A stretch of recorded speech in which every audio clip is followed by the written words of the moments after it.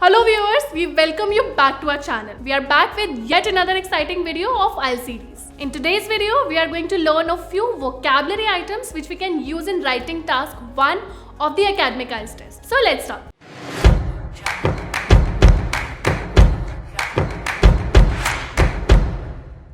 As we know that in academic IELTS writing task 1, you need to describe the data which is presented in visuals in your own words. Framing sentences to report the numbers, percentages, figures, proportions or even processes in the question. We learned in the previous video that you could get any type of visual to report in the exam.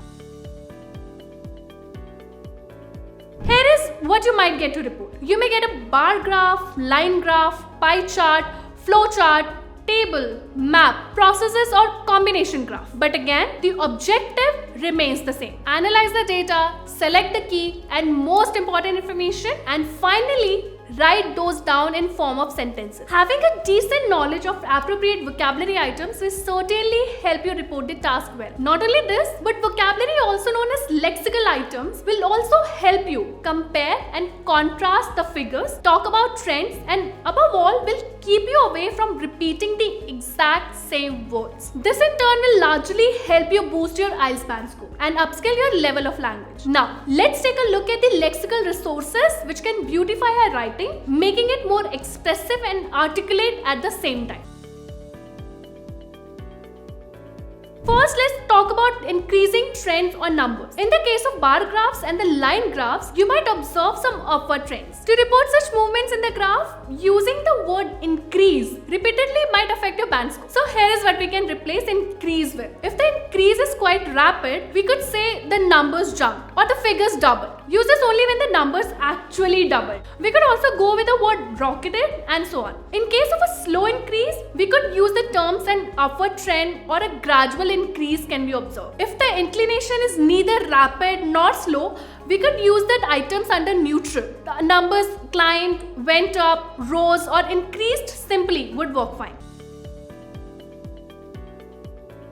Next, we have decreasing trends. If you observe numbers lowering or going down in the illustration, the presented lexical items can be used. In case of a fast decrease, we could say the value of shares collapsed. The numbers plummeted or plunged. If the decline is quite gradual, dipped, slumped and descending trend would function the best. If the decrease is neither fast nor slow, declined, fell and reduced could be of use. You could use any of these words to report the data as per your observations. Now, there is a possibility that a graph may contain data that fluctuates a lot or is changing frequently. No clear upward or downward trend is evident.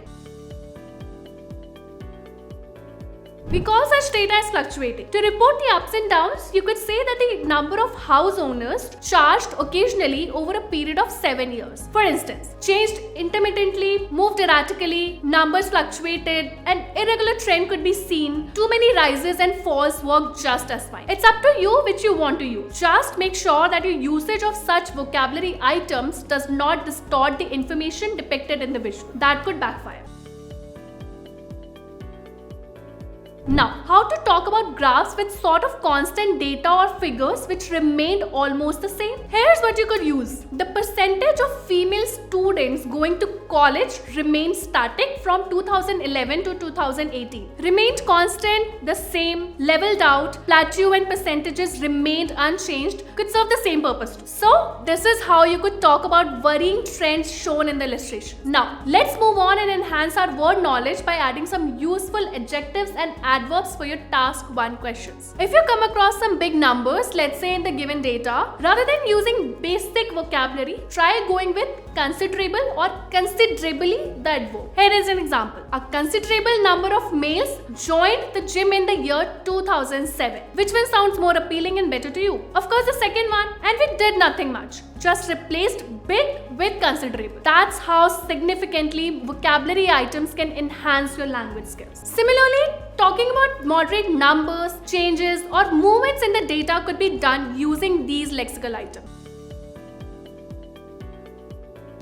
And finally, if you observe anything noticeably minute or slow but constant, go with the word steady or ceaseless. It's going to be very common while practicing or taking the real test that you see figures or values in the data which are not exact or a little hazy. Rather than making assumptions, that would be a very wrong idea. Go with the words of approximation. Since the data isn't revealing the exact figures, you should convey the same to the reader of your item. It is absolutely fine to use words such as around when figures aren't lucid. You could also use about, almost, roughly, and approximately. A few tips as you put these words into practice. Make sure you don't use them unnecessarily and end up making your report too wordy. These will just increase the word count, which not be healthy for your writing. Also, use them only when you need them, not because you know them. And like always, practice is the key. Hope you found today's video helpful and informative. We are providing you a free of cost takeaway PDF containing all the lexical items we learned today. You just need to click the link in the description below. We will soon be back with another video. Thank you for watching.